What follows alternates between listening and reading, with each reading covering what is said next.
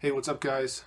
I didn't plan to make a video today. I was actually going to relax and just drink and whatever, and I was just checking the news, and I saw this link from Everyday Feminism, and as soon as I read the first couple of sentences, I knew I had to make a video on this because I actually haven't heard the bigger YouTubers talk about this particular program before, and oh my god, it is amazing. It's just so fucking goddamn amazing. How can I not talk about it? So tonight I'm drinking Livingston Merlot. I couldn't find any red wine by Livingston. It's really annoying. I finally found a wine that I like, red wine, and it's so fucking hard to find. And they put in the red section, they put all these wine that is not red, and I'm just like, do you guys not know how to fucking stock a store? It's not bad. It's not bad. Okay. So. Da, da, da, da, da. Everyday Feminism presents healing from toxic whiteness. I don't even know what they mean when they say whiteness. Like, being white, doing things that are stereotypically white, or having pride in being white. Like, what does this actually mean? This goes back to social justice warriors and radical liberals changing the meaning of words. So many words that you have no idea what they mean when they say certain things. Like when someone said that person's racist, you think, okay, that meant he judged someone based on the color of their skin, so I know exactly what he did. But now, racist is, everyone doesn't agree with me, so it doesn't mean anything. Toxic whiteness, what does that mean? Being racist when you're white? Well, why couldn't you just put healing from racism? Why does it have to be specifically toxic whiteness? I mean, I don't know what it means. An online training program for white people committed to racial justice.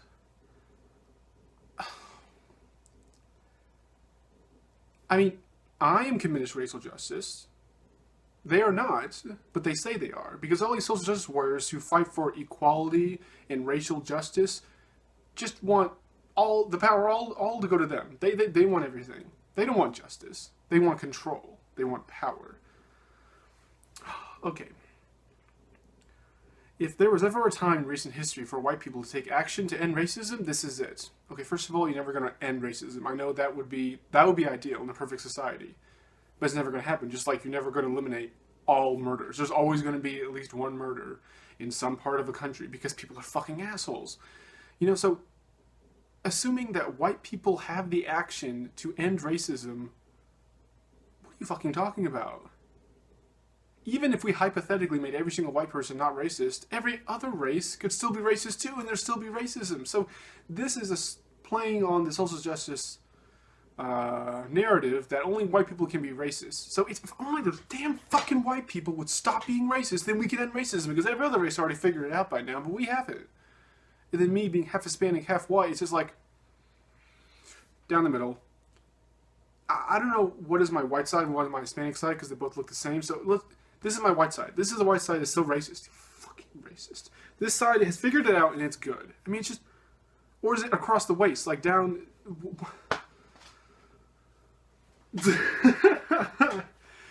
Okay, so Trump's presidency has shaken white people's understanding of racism to its core. No, it hasn't. I still know what racism is. Lots of the white people know what racism is. Apparently, it's the social justice warriors and radical liberals who don't understand what racism means, and they think it means everyone who doesn't agree with me, or every single policy that I don't like, that's racist. I mean, so, no, we don't need to take this program to understand what racism is, because racism is flat out what it always has been and what it always will be, judging someone by the color of their skin. That is racism, that's what it will always be. But these social justice warriors take that word and mean, oh no, it's prejudice plus power, so only people in power can be racist. So that means only white people can be racist. What about all the minorities who are in power all across the world? Can they be racist? No. Only white people. Wait, so racism means only white people in power who do bad things to minorities. Look how different that is from the other definition of just judging someone by the color of their skin. I mean, it's just, they don't know what the definition is. It's revealed what many people of color have known and been naming for generations, that the U.S. has deeply normalized white supremacy and is built on a foundation of systemic oppression. I did a whole video before on how the U.S. is not a white supremacy, so I'm not going to go into this for many minutes on end. You can look at it earlier in the playlist if you want to. But, I mean, when I picture white supremacy, I picture South Africa during apartheid. That was a white supremacy. The U.S., with all of its minorities in so many positions of power, with so many minorities in positions of, in charge of top CEOs, you know, just amassing huge amounts of wealth and power, and with so many white people so poor, just struggling to make a living, to make food on the table, how the fucking hell is that a white supremacy? If that's a white supremacy, that is the shittiest goddamn white supremacy I've ever seen, because it's not fucking working. You have all these white people who have no power and hardly any money, and you have all these minorities who are in positions of power in Congress, in local governments, in state government. You know, we had a black president for 8 years. You know, just, can you imagine the white supremacists or like KKK saying, okay, guys. I thought of a brilliant idea. Why don't we let a black person be in charge of the U.S. for 8 years so that it won't look like a white supremacy, but it actually is. And he won't know. That's, oh my god. Yeah, that's a good idea. Let's do that. As a white person dedicated to social justice, you knew how racist Trump's campaign was. Not really, because I've been looking for statements or things Trump done that is racist, and I fucking can't find any. I cannot find one instance when he judged someone by the color of their skin. I really can't find anything. People will point, well, he said that Mexicans are rapists and drug dealers. No, he didn't. He said that some Mexicans are drug dealers and rapists, which is statistically true. You can fucking look it up. Any race, any ethnic group, anything, any social group you can think of has rapists and drug dealers. So when he said that, it is not false. I guess when Trump said that judge couldn't do his job because he was Mexican, yeah, that could be racist. He looked at the color of his skin and said, you're Mexican, you can't do your job. Okay, he might have done some racist things, but was his whole campaign centered on that point? No. So, I mean, I would have to do so much fucking research to see whether Trump's campaign was racist or not, but actually I don't have the fucking time for that, and the fact that it's already over doesn't really matter at this point. Like, Jesus, you think I had better shit to do. But perhaps you didn't know how capable so many white people, perhaps including your own family and friends, were of electing him.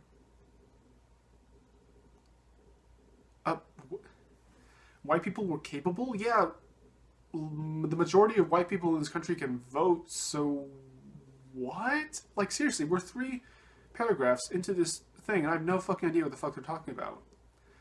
You may butcher that one. You may be finding yourself coming to terms with just how prevalent and harmful white supremacy is. Not really, because it doesn't exist in this country. In fact, I don't think it exists in any country at this point. It existed in South Africa back in the 90s, but now it doesn't. There are different supremacy movements in control of different countries around the world, but no white supremacy that I know of. So no, I really don't know how prevalent. Prevalent is basically 0. And harmful, yes, I know how harmful white supremacy was. I know how harmful any supremacy based on racial lines is harmful. That's why I fucking want the social justice warriors and the radical liberals to stop fucking being so goddamn racist and ruining so many fucking people's lives, because I know how harmful a supremacy movement can be. And how your white privilege has kept you ignorant, in denial of this reality in the first place. They built the best mind tricks, you know, in the situation. If you admit that there's a white supremacy, then you agree with their movement. If you don't agree there's white supremacy, that means you have white privilege, and it clouds your judgment. It shields you from looking at it. And therefore, you have white privilege. And therefore, it still exists in the first place. And so whether you agree with it or not, it still exists in their eyes.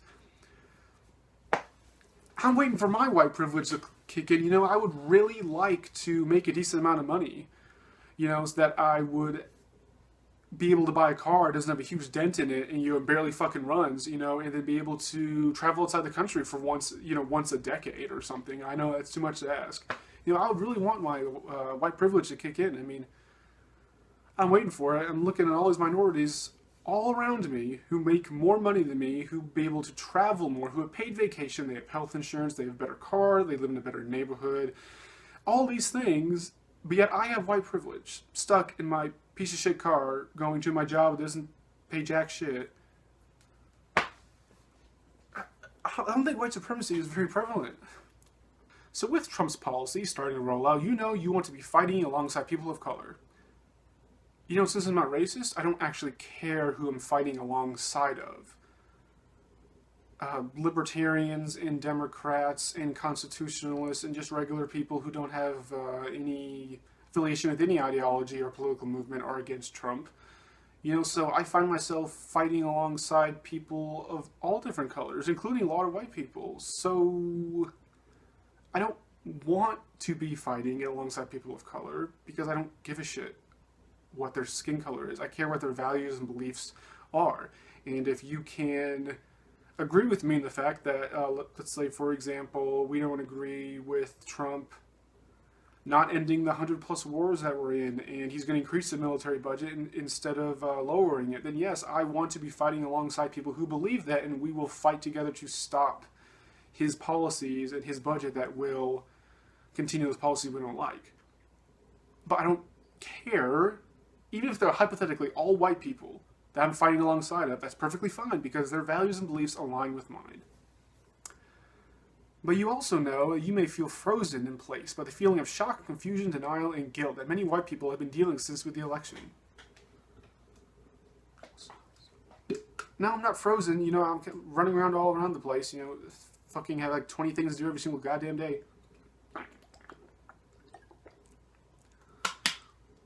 I don't know many white people that have been in shock, confusion, denial, and guilt either, so no.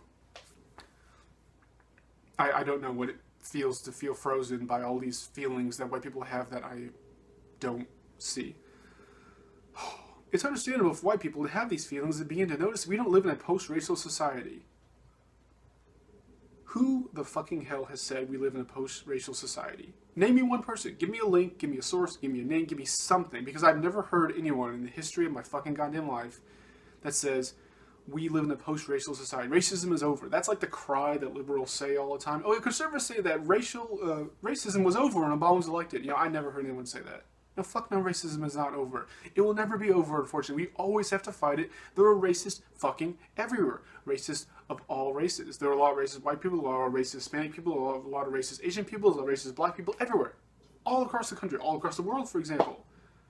There are just a lot of ignorant, dumb fuck-ups who are racist.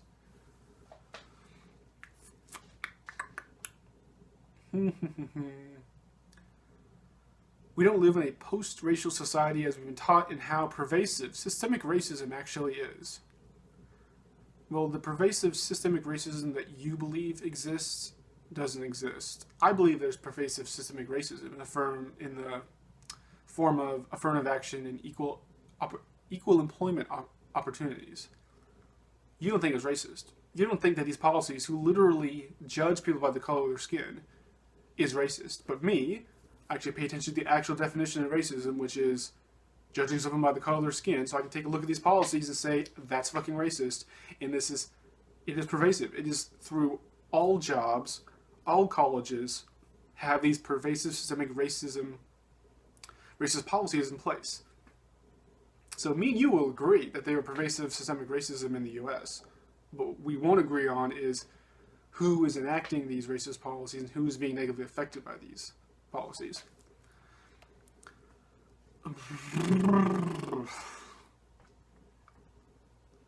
Okay, so I went on for a while here. I'm only like 1/7 into this fucking article. I don't think you want me to talk for 2 hours going through this entire article. Basically, what this online program is doing is going to teach white people that it's all their fault and that you can end racism by taking this course, which, you can do a one-time payment of $97, or 3 monthly installments for the poor white people. But why are they poor? We live in a white supremacy. They should have money at the wazoo, right? 3 payments of $33 a month to get taught in this course that... I'm trying to find what they actually are doing.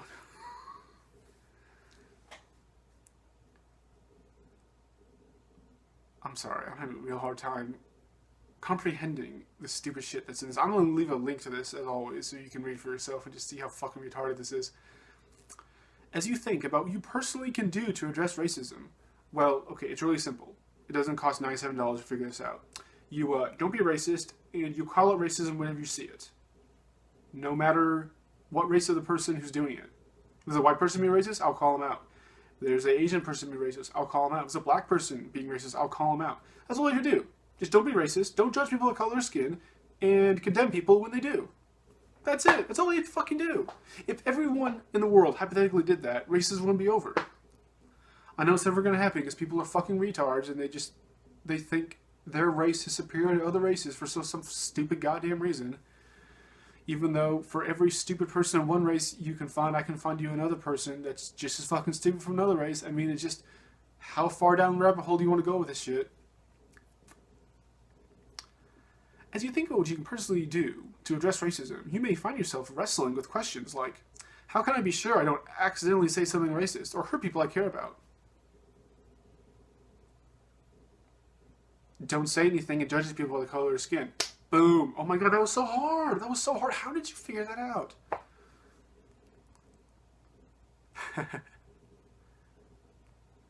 I know I need to speak up against racism more, but when does speaking up cross the line into speaking over people of color?